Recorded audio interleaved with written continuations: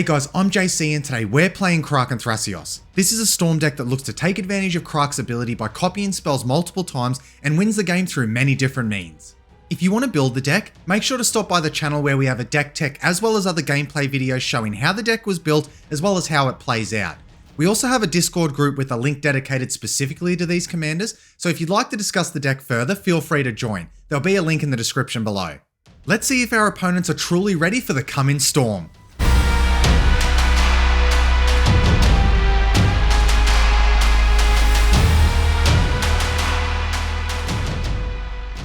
Alrighty guys, let's see who we're playing today. We have Nekusar the Mindrazer, we have Braids, Arisen Nightmare, and we have Teyam, Luminous Enigma. Alright, if we take a look at our opening hand, we don't have to look too hard. We can't keep it, so we'll have to mulligan. Alright, and this second hand looks much better. We have two lands. We have Rhystic Study and Impulse, which are really good draw sources, particularly Rhystic Study.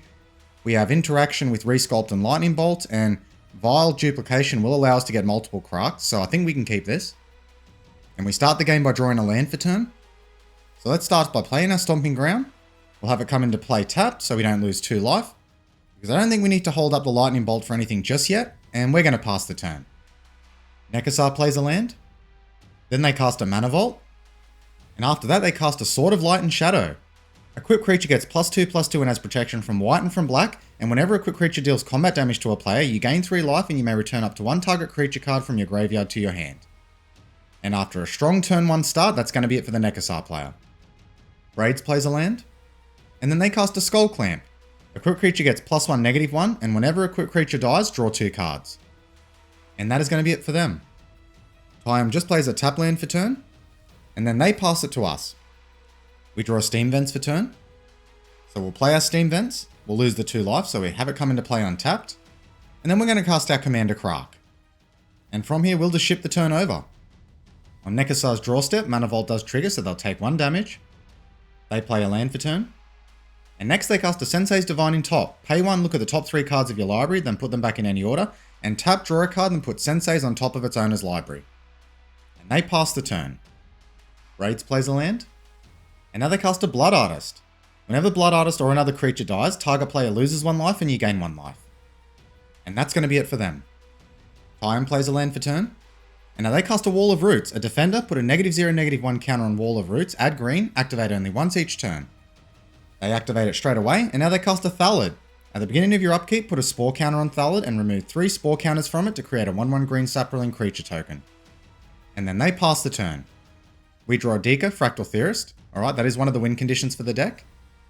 So we'll play our island for turn. And then I think it's time we get down our Rhystic Study, especially while the Nekusar player is relatively tapped out.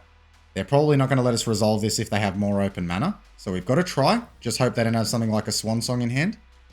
Luckily they don't, it resolves, and we can just pass the turn from here. But before we move to combat, Nekusar activates their Sensei's Divine in top, looking at the top 3 and then rearranging. And now we move to the Nekusar player's turn. On Nekusar's draw step, Mana Vault triggers, so they take a damage. They play a land for turn. And now they're passing the turn, leaving 3 mana up. Braids plays a land. Now they cast their commander. That does trigger our Rhystic Study, but they won't be able to pay. But it looks like we have a response from the Nekusar player here, and they cast an Arcane Denial targeting Braids. That also triggers our Rhystic Study, but they do have a mana, so they can pay for it, which they do. So that counters Braids. And now we'll draw a card from our Rhystic Study. And we get ourselves a Ketria Triome. And that is going to be it for the Braids player. On Teyam's upkeep, Arcane Denial as well as Thallid triggers. So Nekusar's going to draw 1 card. Braids will draw 2, and Thallid's going to get a Spore counter. Teyam plays a land for turn, and it is an Urborg, so we all have swamps now. And then they cast a Rishkar, which triggers our Rhystic Study, but they do float a mana so they can pay for it. Rishkar says when it ETBs, put a 1/1 counter on each of up to 2 target creatures, and each creature you control with a counter on it has tap to add green. So when it ETBs, it targets itself as well as Wall of Roots. Now they move to combat. Thallid goes towards the Braids player. They take the damage going to 39, and that is going to be it for them. We draw a Shimmer of Possibility for turn. So let's start by playing our Mana Confluence. And I think the best thing we can do this turn, it's a little bit of a risky play, but I think we try for our Irenicus's Vile Duplication. It's a 50-50 shot, but they're the chances we take when we play Krark. So let's give it a go and hope that Krark is good to us. Casting that spell triggers Krark. We'll always choose heads as the win in flip. So we go for heads, and unfortunately we lose the flip, so that bounces back to hand. And from here, we're just going to have to pass the turn. On Nekusar's draw step, Mana Vault triggers. They'll take another damage. They play a fetch land for turn. And then once again, they're just passing the turn, leaving mana up. So we may have a fairly heavy control version of Nekusar here. Something we're going to have to keep in mind as we go to our turn, if they still have mana up. Now Braids plays a land for turn. And now they cast Iara. That triggers our Ristic Study. But they do let us draw. So I'm guessing they may want to use their Skull Clamp here. And we draw a turnabout. Okay, very powerful ritual effect. And whenever Iara or another black creature ETBs under your control, each opponent loses a life and you gain a life. And tap, sack another black creature, draw a card. So when she ETBs, she will trigger her ability. We'll each lose a life and they'll gain a life. And now they move to equip their Skull Clamp to their Blood Artist. So when Blood Artist dies, it triggers itself as well as Skull Clamp. In response, Nekusar cracks their fetch land. They put a Volcanic Island into play. Now Braids draws 2 cards. And then each of us loses a life, and Braids gains a life. And that's going to be it for them. On Teyam's upkeep, Thala does trigger. So they'll be able to put a Spore counter on it. Then they play a land for turn. And after that, they cast their commander Teyam. That triggers our Ristic Study. But they don't pay for it, so we draw a card. And we get ourselves a Deflect in SWAT. Okay, that's really great protection for Krark. Teyam says, each other creature you control ETBs with an additional Vigilance counter on it. And you can pay 3, remove 3 counters from among creatures you control to mill 3 cards, then return a permanent card with mana value 3 or less from your graveyard to the battlefield. Now they move to combat, they decide to pass straight through combat, and that is going to be it for them. We draw a Mana Morphos for turn, another really good draw. So to start with, we'll play our Ketria Triome, and I think we actually try to cast our Vile Duplication again. So let's do that. Because trying to storm off with Turnabout and having only 1 Krark on the battlefield is going to be pretty tough to actually achieve anything meaningful. At the very least, if we hopefully get a successful flip here, we can set ourselves up to storm off next turn. So let's just hope that second time's a charm. Alright, it looks like we have a response from the Nekusar player. And they cast a Fact or Fiction. That triggers our Ristic Study and they won't be able to pay. And we get ourselves a Croaking Counterpart, very fun card in this deck. Fact or Fiction says, reveal the top 5 cards of your library and opponent separates those cards into 2 piles, put 1 pile into your hand and the other into your graveyard. Alright, well let's see which player they pick here. Always a tough decision with Fact or Fiction. And they actually choose us. Alright, so they've got a Demonic Tutor, they have a Turnburn, a Land, Waste Knot and Deserted Temple. So some pretty strong cards here, especially the Waste Knot and the Demonic Tutor. Well, at the very least, we want to put Demonic Tutor into one of its own piles. And I think based on what they've got there, maybe we'll put the land with the Demonic Tutor. That's probably going to give them the hardest decision to make. So we'll do that. You guys will have to let me know how you would have rearranged that pile. So let's see what they take here. And they actually decide to take the pile with Waste Knot in it. They leave the Demonic Tutor behind. Alright, let's see how we go with our Krark flip. And unfortunately we lose again. That's a little rough. So from here, unfortunately, all we can do is pass the turn, and because we do have 10 cards in hand, we are going to have to discard some cards. But on our end step, it looks like Teyam has a response, and they activate their commander's ability. So now they'll mill 3, then they're going to return a permanent card with mana value 3 or less to the battlefield. They get a Fungal Bloom, a Spore Sower Thallid, and a Quest for Renewal. The Quest for Renewal is probably the best one in that pile. I'm assuming that's what they bring back. It's going to basically be like a mini Seedborn Muse in their deck, and yep, that's what they end up deciding. Okay, so now we move to discard. So I think we get rid of Lightning Bolt just because we have Resculpt in hand already. I think we'll get rid of Shimmer of Possibility as well because we just also have enough card advantage in our hand at the moment. And for our final choice, I think it's actually going to be Deeker. Because I feel like with the cards we have in hand, we can actually dig to another win con eventually. Or at least a piece of Recursion to get Deeker back. So now we move to the Nekusar player's turn. Now on their upkeep, their Mana Vault does trigger, so they can pay 4 to untap it. If they don't, they will take 1 damage. And it looks like they decide not to untap it, so they do take the damage. They play a land. And now they cast their Waste Knot. That triggers our Ristic Study. But they don't pay for it. So we draw a land. Waste Knot says, whenever an opponent discards a creature card, create a 2/2 zombie token. Whenever an opponent discards a land card, add 2 black mana. And whenever an opponent discards a non-creature, non-land card, draw a card. But they are just going to leave it there. Braids plays a land for turn. Next, they cast a Mind Stone. That triggers our Ristic Study. But they do pay for it. And then they cast a Dreadhorde Invasion. That also triggers our Ristic Study. And they pay for it. At the beginning of your upkeep, you lose 1 life and amass 1. And whenever a zombie token you control with power 6 or greater attacks, it gains lifelink until end of turn. Now they move to combat. Ayara swings towards the Nekusar player.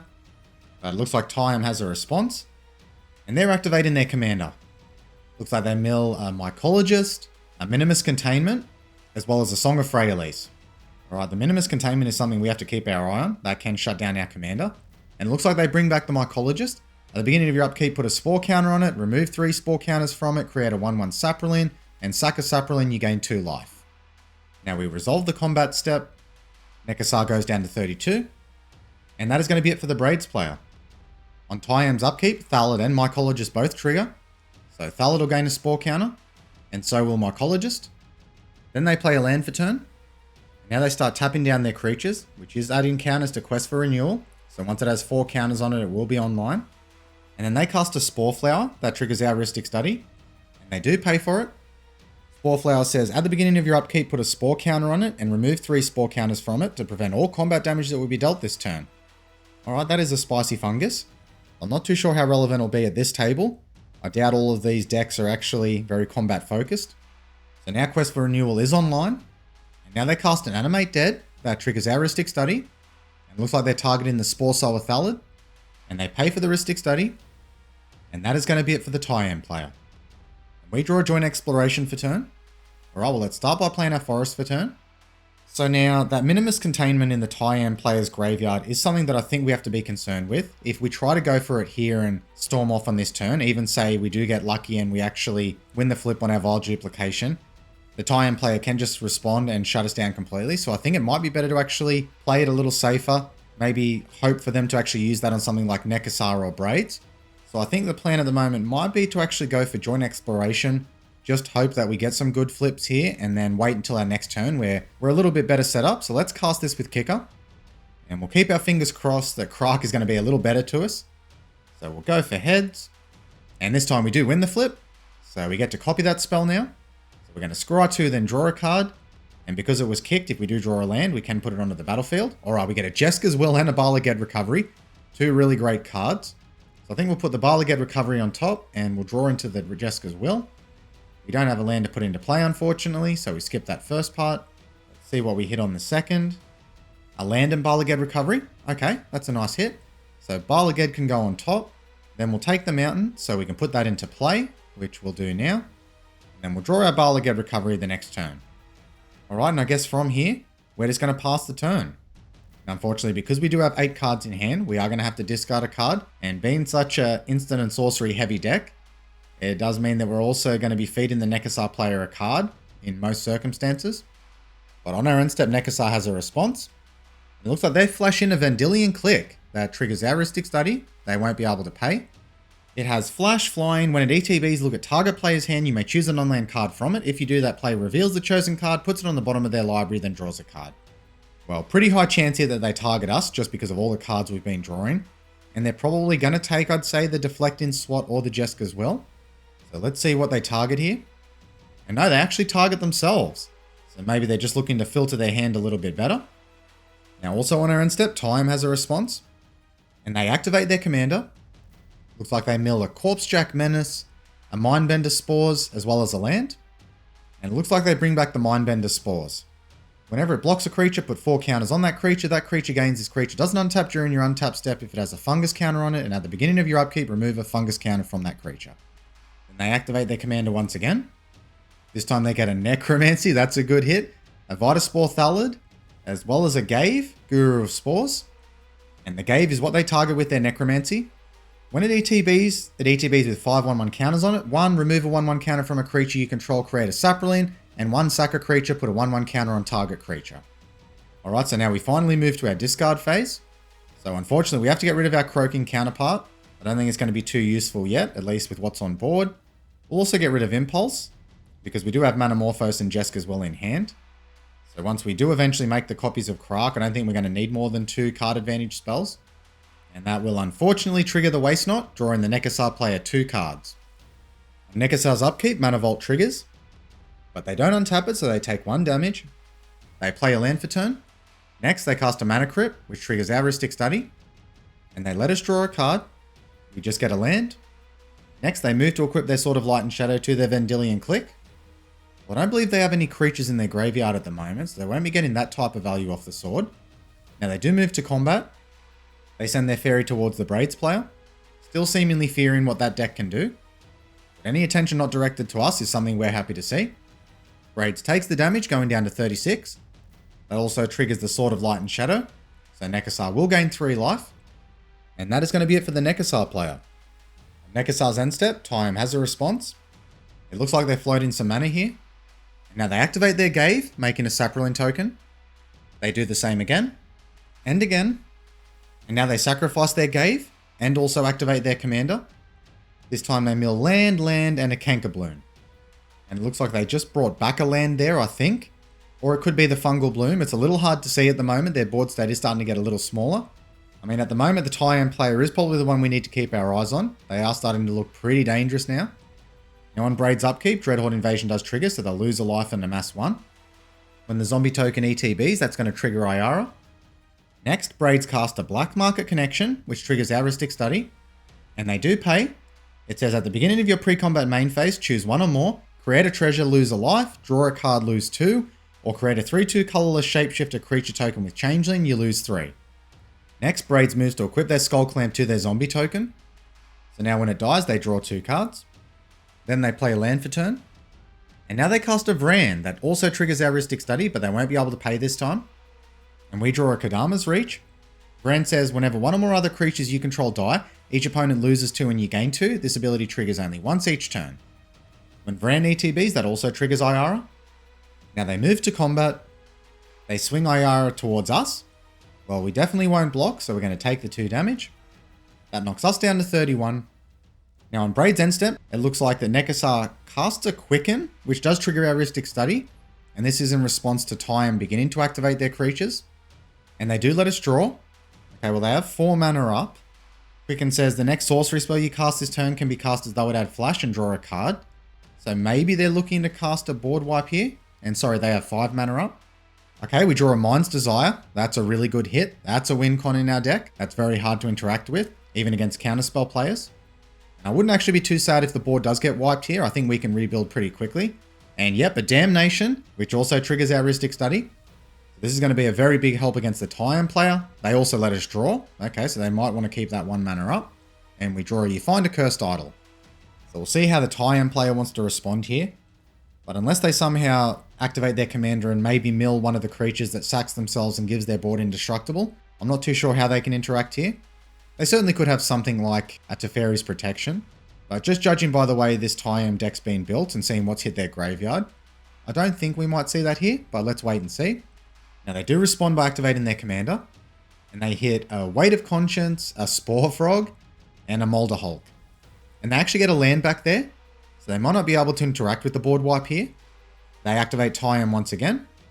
This time it looks like they get 2 lands as well as a Mirror Entity, and they just return another land to play. They activate their commander once again, and we also had the Braids player scoop it up there. Not too sure why. I'm sure they would have been able to rebuild pretty quickly after this board wipe resolves. It looks like they hit a Planar Collapse, a land, and a Pallid Mycoderm, and they just return another land. And now the board wipe does resolve. We're going to put Krark back in the command zone. And I think we're now in a pretty strong position to be able to turn this game around, especially with our Mind's Desire in hand. It's not going to matter too much if we do fail some flips. We may be able to hit the right things with Mind's Desire and still storm off anyway. So now we go to the Teyam player's turn. They start by playing a Golgari Rot Farm, which means they will have to return a land to their hand. After that, they recast their commander. That triggers Aristic Study. And they do pay. And that is going to be it for their turn. We draw a Beast Within for turn. Well, let's start by playing our land. Let's recast our commander Krark. And now, even though our luck has been pretty bad so far with our Irenicus's Vile Duplication, I think that might actually be the best bet for us to try to recast that, because if we do resolve it and we keep our 3 Krarks, when we get to our next turn, there's a very strong chance we win, even if our opponents are able to interact. So let's try it and just hope that third time's a charm. So we go for heads and we do win the flip. So let's see if the Nekusar player has a response. It looks like they don't. And now with 3 Krarks, our Deflecting Sword is going to be very powerful because we can basically use it to counter or redirect any spells, but then also potentially bounce it back to our hand to reuse it again and again. So I think we just pass the turn now, go to our cleanup step, so we have to discard some cards, and once again, unfortunately, refill the Nekusar player's hand. But before we do, it looks like Nekusar activates their Sensei's Divine in top, looking at the top 3. And now we move to our cleanup step. So I think the first easy choice to get rid of is Kadama's Reach, because I don't think we really need to ramp anymore. We'll also get rid of You Find a Cursed Idol. Don't think it's as useful here at the moment. And just remember, we can get back all of these with Bala Ged Recovery. Now this last one, as tough as it is to say, I think it might actually be our Jeska's Will. Again, I think we can get the job done with the cards we have in hand, and our opponents don't have a lot of cards in hand at the moment. I know we are refilling the Nekusar player's hand, but we don't know what's going to happen when it goes to their turn, so let's discard those. That will trigger Waste Not 3 times. Now Nekusar's Upkeep, Mana Vault and Mana Crypt both trigger. They don't untap their Mana Vault, so they take 1 damage. Next, they play a land for turn. And after that, we finally see them play their commander, Nekusar. That triggers our Rhystic Study, but they do let us draw. And we get ourselves a Cyclonic Rift. So Nekusar says at the beginning of each player's draw step, that player draws an additional card, and whenever an opponent draws a card, Nekusar deals 1 damage to that player. Now what we really have to hope is they don't follow up with a wheel here, because that is going to start to deal a lot of damage. But instead they actually move to equip their Sword of Light and Shadow to Nekusar. Alright, well good news for us. They still have 2 mana open, and with 7 cards in hand, there's likely they have at least 1 piece of interaction. But as I mentioned earlier, with 3 Krarks on board, we're going to be able to get around that pretty easily. And that is going to be it for the Nekusar player. So really now we just have to survive the Teyam player's turn, and then I think we're going to be ready to storm off. Now on Teyam's draw step, they draw an additional card, but they'll also take 2 damage for both of their draws. Next, they cast their Rhizome Lurcher, that triggers our Rhystic Study, and they let us draw. And we get ourselves a Tavern Scoundrel. Okay, well that's going to fix any mana issues that we have. Now when we draw that card, Nekusar does ping us for 1. Rhizome says when it ETBs with a number of 1/1 counters on it equal to the number of creature cards in your graveyard. That should be a pretty big boy when it comes down. Next, Teyam plays a land for turn. Then they cast a Kenrith's Transformation, which triggers our Rhystic Study. Well, I think I know what this is going to target, but we'll see what we draw first, if they do let us draw. And they do, we just draw a land, which deals 1 damage to us. Now we certainly could use our Deflect in SWAT here, and attempt to direct it to something else like the Nekusar, but honestly, I'd rather keep that as a bit of the ace up our sleeve, depending on what the Nekusar player has in hand. Because they do have 2 open mana, but it doesn't mean they don't have something like a Fierce Guardianship, or a Force of Will, or any of the other free spells. And the Teyam player also has 3 mana open, which they can bring back their Minimus Containment to shut down another one of our Krarks. And we do have Beast Within, we have Cyclonic Rift in hand, so we can certainly get rid of it on our turn. So I think we just have a little bit of patience here, we let it go through. Now when it ETBs, it will draw the Teyam player a card. That will also deal 1 damage to them. And that is going to be it for the Teyam player. Alright, well we've gotten to our turn with, I guess technically 2 Krarks and an Elk, but soon to come back to a Krark very quickly. Now on our draw step, we are going to draw an additional card and we'll take 2 damage. Our first draw is an Island. And our second is a Snap. Another great card that'll act as a ritual effect, so we've pretty much got all the tools and then some to pretty much do what we need to do this turn. So let's start by casting our Tavern Scoundrel, because now every time we win a coin flip, we're going to make 2 treasure tokens. It's going to act as a very powerful ritual effect with multiple Krarks on board. That does go through. Next, we'll play our City of Brass for turn. And now we'll attempt to get rid of the Kenrith's Transformation, but I don't actually want to use the Beast Within because that's just going to put it in the Teyam player's graveyard, and they're going to be able to recur it to the battlefield. So I think a Cyclonic Rift may actually be better here. We'll only use it for its single target removal mode, but we should have a decent chance that we bounce it back to hand, but even if we don't, we can just use Bala Ged Recovery if we're desperate to get it back.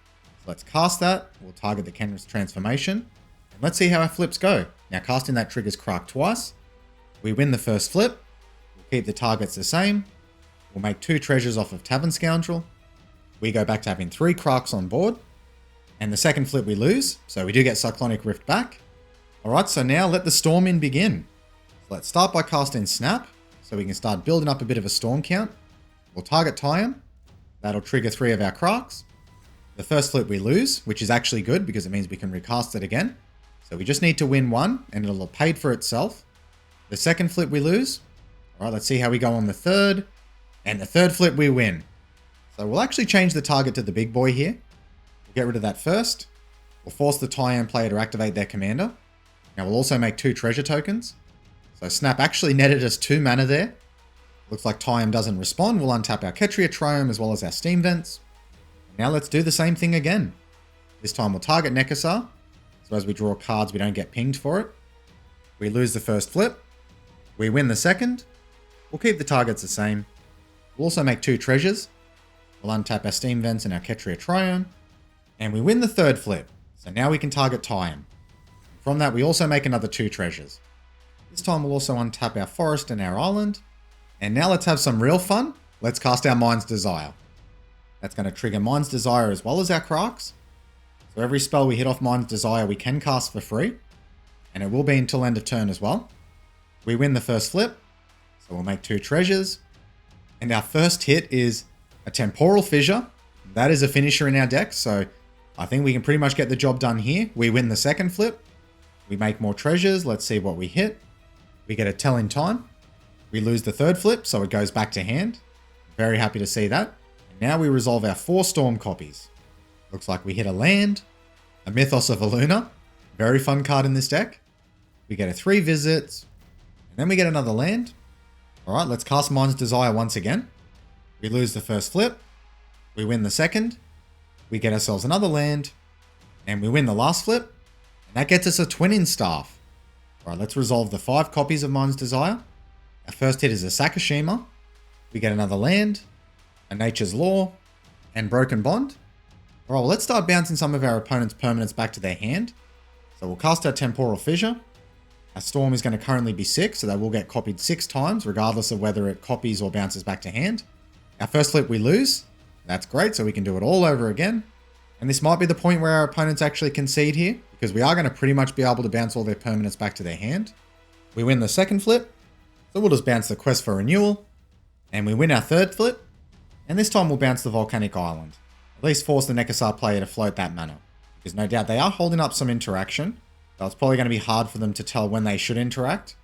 So at this point they might not realize it's not really going to make that much of a difference. Though it can be hard if you've never played against Krark or multiple Krarks before. It's not really apparent just how hard it can be to interact with them once the engine is online. Especially with a lot of Storm-like spells in hand like Temporal Fissure and Mind's Desire. So let's use all of these copies. We'll start bouncing some lands. In response, Nekusar activates their Sensei's Divine in top, drawing a card. Now let's cast our Temporal Fissure once again. Really make sure we clean up the board. And this time we should be able to clear up pretty much all the lands. We lose our first flip. We lose our second. And we lose our third. Alright, so let's bounce 7 permanents. Now let's do it one final time to clear up all the permanents off the board. Now I did also message my opponents to ask if they actually wanted to call it quits here. But the Nekusar player actually said no, they want to play on. So they might feel like the interaction they have in hand is going to be enough to at least stop us from winning this turn. So we'll play on, but I just wanted to make sure that I gave them the option because storming off does take quite a bit of time. Okay, so after that, let's use some of these spells that we've been getting off Mind's Desire. We'll cast our Twinning Staff first. So now every time we copy a spell, we'll copy it an extra time. After that, we'll cast a Sakashima, because you can never really have enough Krarks on board. Next, let's cast our Mythos of Aluna targeting our Krark. So now that triggers 4 of our Krarks. We lose the first flip, that goes back to hand. Great, so we can cast it again. We win the second, and thanks to Twinning Staff that will make an additional copy. We lose the third, and we lose the fourth. Alright, now we do have a win condition with Lightning Bolt being in our graveyard.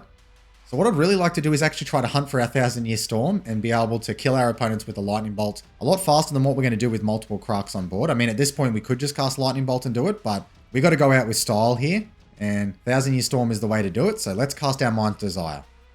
That triggers our army of Krarks, and the storm count is currently 12, so we'll get 12 copies of Mind's Desire. Now, I will save you guys some time, and I'll just show you what cards we end up getting at the end. Well, these are all the cards we got, and thankfully we did hit our 1000-Year Storm. So let's get our Lightning Bolt back to hand. We'll cast our Barlagad Recovery target in it. And now let's cast our 1000-Year Storm. Alright guys, and let's try to finish off the game here by casting our Lightning Bolt. We'll target the Nekusar player. That will trigger 1000-Year Storm, as well as the army of Krarks. We win the first flip, we'll just keep the targets the same. Our second flip we lose, so it bounces back to hand. We lose the third flip. It looks like the Nekusar player finally responds and they cast a Trick Bind. Split second, counter target activated or triggered ability. If a permanent's ability is countered this way, activated abilities of that permanent can't be activated this turn. Alright, well played Nekusar. It isn't unfortunately going to help you get through this even with split second, because even though that is going to shut off our 1000-Year Storm we have on board, luckily thanks to our Mythos of Aluna, where 1000-Year Storm fails, many others can succeed. But at least we know now what they were holding their mana up for. And after all those triggers resolved, we knocked the Nekusar player down to 16. So now let's cast our Mythos of Eluna targeting our Thousand Year Storm. That triggers the army of Krarks and, interestingly enough, the Thousand Year Storm. Well, it must be a Magic Online glitch because technically Thousand Year Storm shouldn't be triggering, unless of course I'm getting something wrong with the rules. Someone in comments can let me know if that's the case. But we do lose the first flip, so Mythos of Eluna goes back to hand. And now I'll just show you guys the result of how many Thousand Year Storms we have left after all these triggers resolve. And that's 22 Thousand Year Storms on board. So now let's truly finish our opponents off and cast a Lightning Bolt. That puts a lot of triggers on the stack. And once again, just to save you guys some time, I'll just show you the end result. And that is the game there, guys. Alright, let's go to the review and discuss what happened. Well, I have to start by giving a big thank you to my two opponents that sat through that last turn. It's very hard on Magic Online to not have players concede early, let alone sit through a turn like that, and thanks to them we got to see the true potential of this deck. But as for the game itself, we were lucky enough to be able to sit back and not overly commit to the board, all the while drawing cards from our Ristic Study. So when that Damnation did hit, we were not only able to rebuild from the board quickest, but also be able to go for the first win attempt. I also enjoyed seeing and playing against that Teyam deck, which was very close to running away with the game itself. I actually enjoyed it so much that it actually piqued my interest in possibly building this commander, so I'm going to look into it further and see if anything eventuates. Well, that's it for today's video. If you want to see more games with Krark and Thrasios, make sure to check out our playlist on the channel where you'll find all the games neatly arranged and easy to access. Until next time, guys.